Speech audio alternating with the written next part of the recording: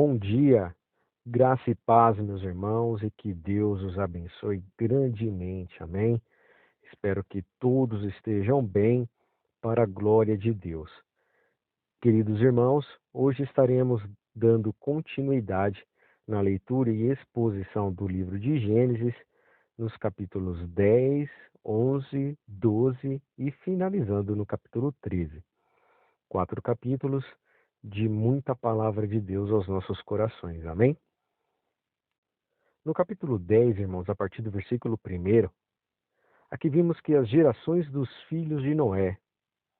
O propósito do capítulo 10 é revelar como todas as nações e povos da terra descendem de Noé e dos seus filhos, após o dilúvio.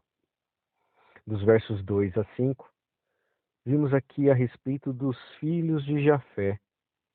Esses versículos, irmãos, alistam os descendentes de Jafé, que emigraram para o norte e se estabeleceram nas terras costeiras dos mares Negro e Cáspio.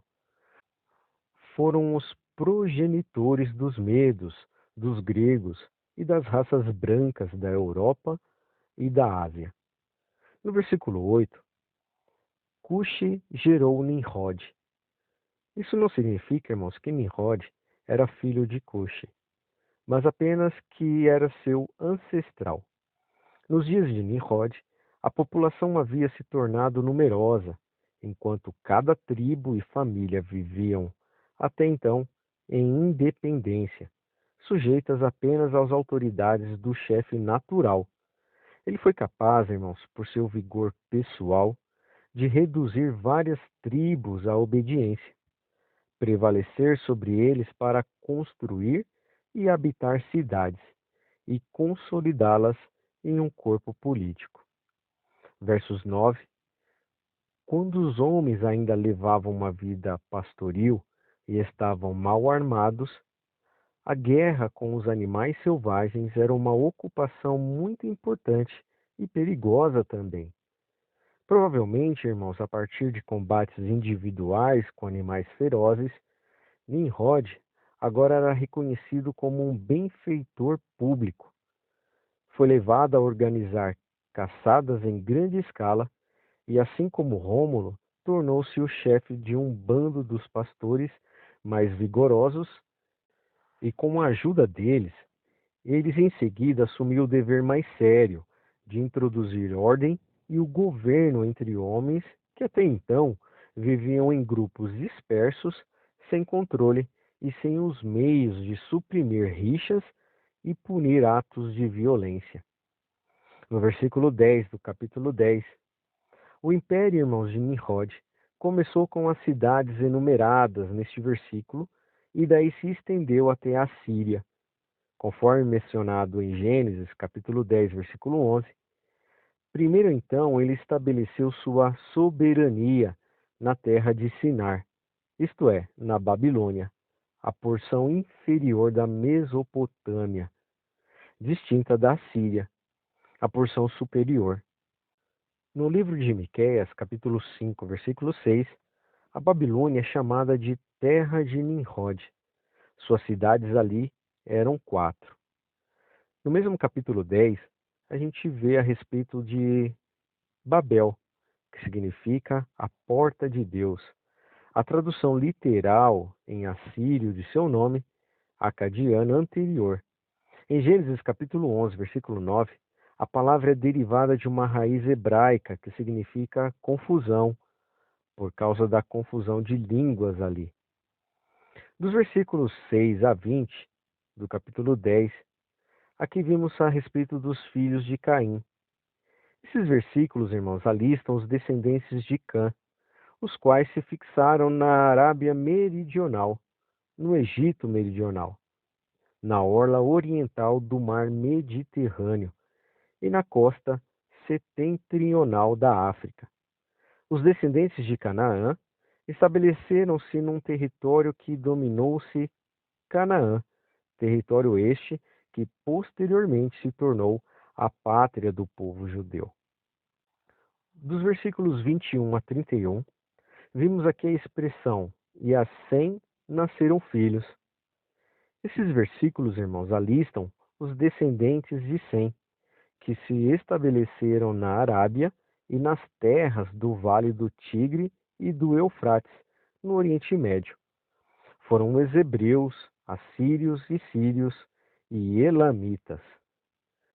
No capítulo 10, irmãos, nós vimos a genealogia apresentada em Gênesis, no capítulo 10, do versículo 1 ao 11. Não apresenta, irmãos, todas as nações mencionadas no Antigo Testamento.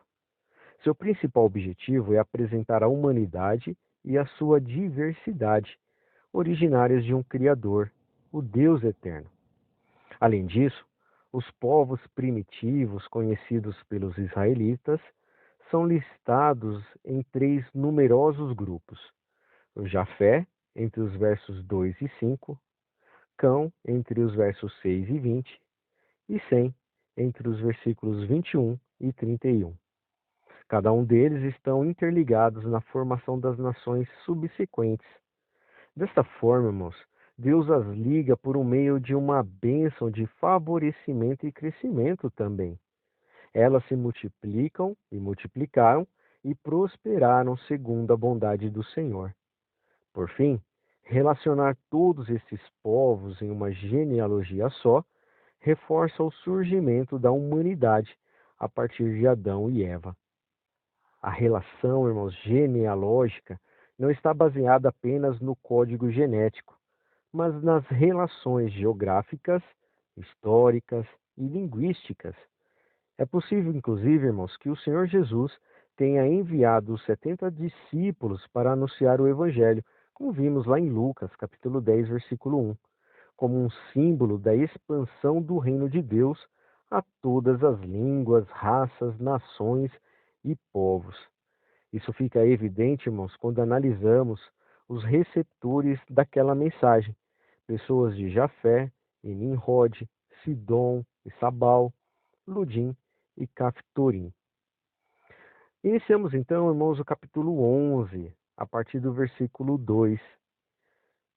Na terra de Sinar, Sinar aqui, irmãos, é o nome que o Antigo Testamento dá ao território da antiga Suméria e, posteriormente, chamado Babilônia, ou, em termo geral, Mesopotâmia. No versículo 4, a expressão edifiquemos, façamo-nos um nome. Vimos aqui, irmãos, que o pecado do povo na terra de Sinar foi a ambição de dominar o mundo e dirigir seu próprio destino à parte de Deus, através da união política centralizada, poder e grandes conquistas. Esse desígnio, irmãos, era fruto do orgulho e rebeldia contra Deus. Deus, amados irmãos, frustrou o propósito deles, multiplicando idiomas em seu meio, de tal maneira que não podiam comunicar-se entre si, como vemos entre os versos 7 e 8. Isso deu origem, irmãos, à diversidade de raças e idiomas no mundo. Nesse tempo, a raça humana, deixando a Deus, voltou-se para a idolatria, a feitiçaria e a astrologia. As funestas consequências deste estado espiritual nos seres humanos é descrita lá em Romanos, capítulo 1, entre os versículos 21 e 28. Amém? Deus, irmãos, os entregou à impureza dos seus próprios corações, e com Abrão ele prosseguiu dando cumprimento ao propósito da salvação da raça humana. Capítulo 11, a partir do versículo 28.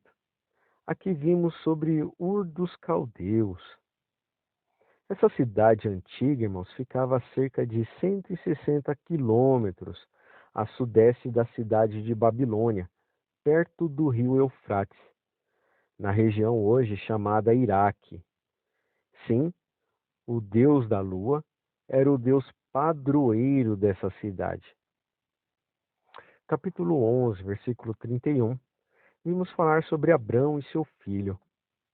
A Bíblia, irmãos, em Gênesis, capítulo 11, versículo 27, começa a história de uma única família escolhida por Deus, para por ela trazer a redenção da raça humana.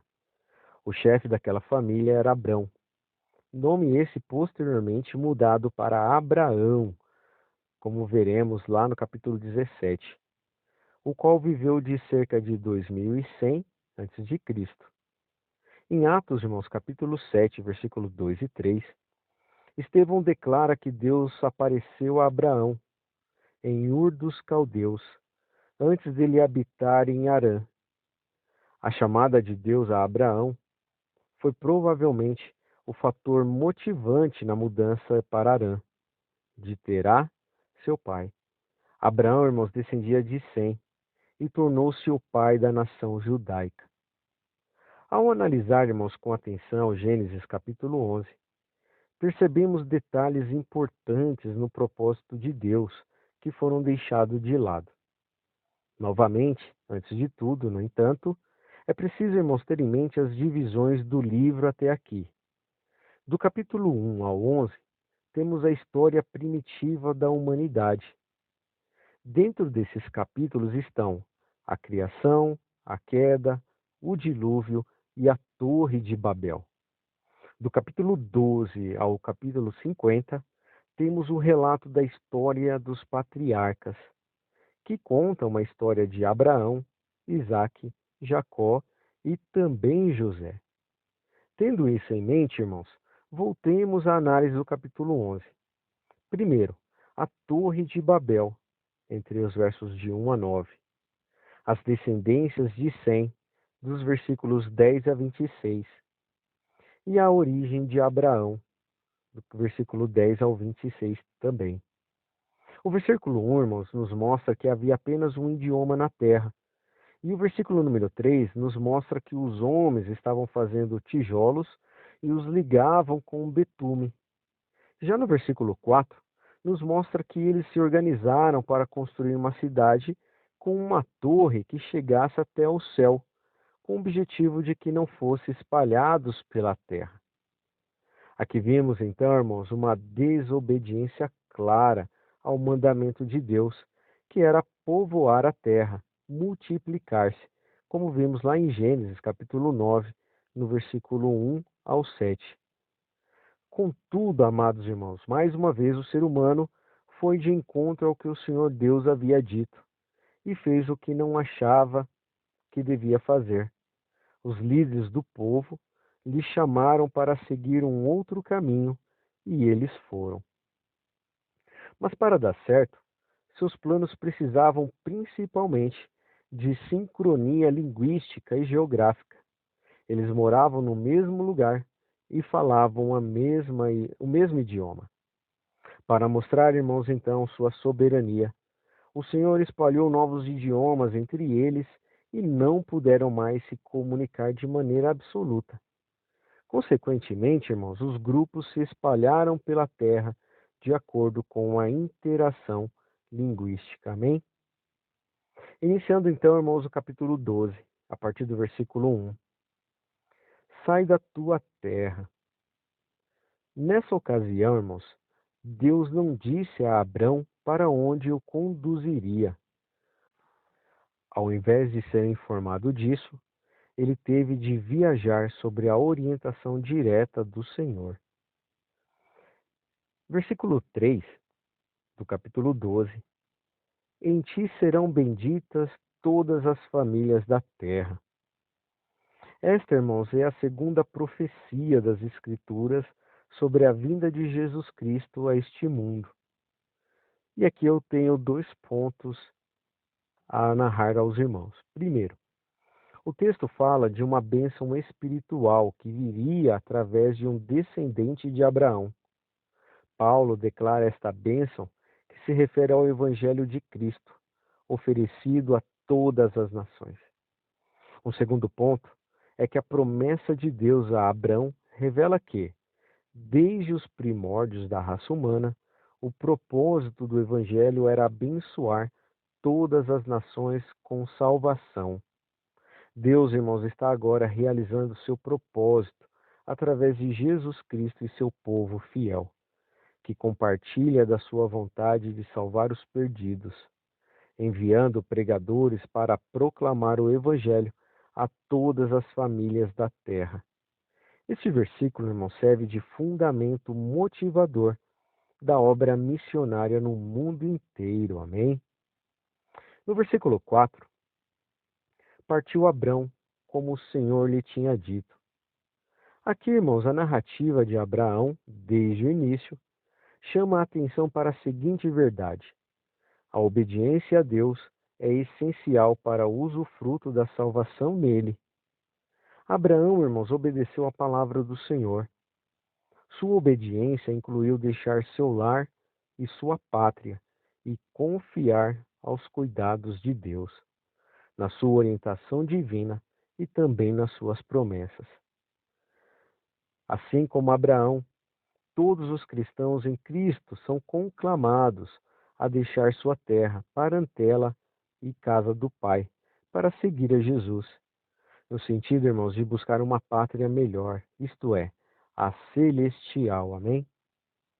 No versículo 7 do capítulo 12, e apareceu o Senhor a Abraão. Esta é a primeira ocasião, irmãos, em que as Escrituras declaram explicitamente que Deus apareceu a alguém. Porém, é justo crer que Deus já tivesse antes aparecido a Adão e outros. Esse aparecimento, irmãos, foi uma manifestação objetiva e visível de Deus na semelhança de um ser humano. As aparições visíveis do Senhor são chamadas de teofanias, manifestações ou aparições visíveis de Deus. A terra, irmãos, que Deus prometeu que daria a Abrão era a terra de Canaã, o nome antigo da Palestina, ao longo do litoral sudeste do mar Mediterrâneo. No versículo 10 do capítulo 12, havia fome naquela terra. A obediência a Deus, irmãos, não significa que nunca enfrentaremos problemas e duras provações. Então, com isso, mal Abraão chegou ao seu destino, enfrentou coisas desagradáveis. Seus problemas incluíam uma esposa estéril, a separação da sua parentela e uma fome que estava levando às privações e forçando-o a sair do país. Conforme nos ensina o exemplo de Abraão, o cristão que está procurando servir a Deus e obedecer a sua palavra não deve estranhar ao se deparar com grandes obstáculos, adversidades e problemas. Costuma, irmãos, essa ser a maneira de Deus treinar aqueles que ele tem chamado para obedecer-lhe. Amém? Nesses casos, devemos prosseguir com obediência e confiantes de que Deus continuará agindo em nosso favor e pelo bem dos seus propósitos. Amém? E no versículo 13 do capítulo 12, dize que és minha irmã.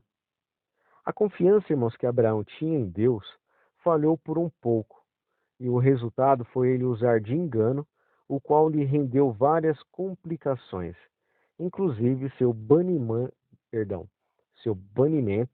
vexatório do Egito. Essa passagem, irmãos, demonstra quão fiel é a palavra de Deus no tocante aos santos. Tal fracasso é um lembrete solene a todos os cristãos, no sentido de não olharem as circunstâncias, mas sim as promessas e a fidelidade de Deus.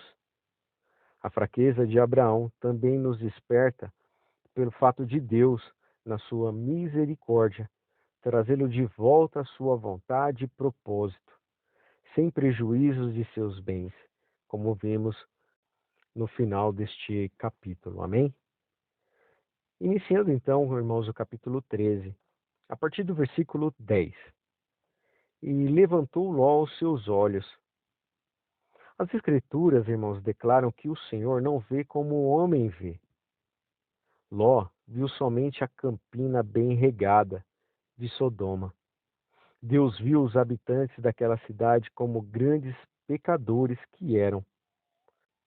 Ló, ao deixar de discernir e aborrecer o mal, trouxe morte e tragédia à sua própria família, como vimos neste capítulo. No versículo 12, irmãos, armou as suas tendas até Sodoma. A grande falha de Ló foi amar as vantagens pessoais, mais do que abominar a iniquidade de Sodoma. E aqui, irmãos, temos 2 pontos que eu gostaria de destacar aos irmãos. Primeiro, se ele tivesse amado profundamente a retidão, isso o manteria separado dos maus caminhos e daquela geração ímpia. Ele, porém, tolerou o mal e optou por morar na cidade decaída de Sodoma. Talvez tenha raciocinado que as vantagens materiais, a cultura e os prazeres de Sodoma compensariam os perigos e que ele tinha forças espirituais suficientes para permanecer fiel a Deus. Com isso em mente, ele, juntamente com sua família, ficaram expostos à imoralidade e à impiedade de Sodoma. Só então, irmãos, ele aprendeu a amarga lição de que sua família não era forte o suficiente para resistir às influências malignas de Sodoma. E aqui nós temos algumas referências. Gênesis, capítulo 19, versículos 24 a 26.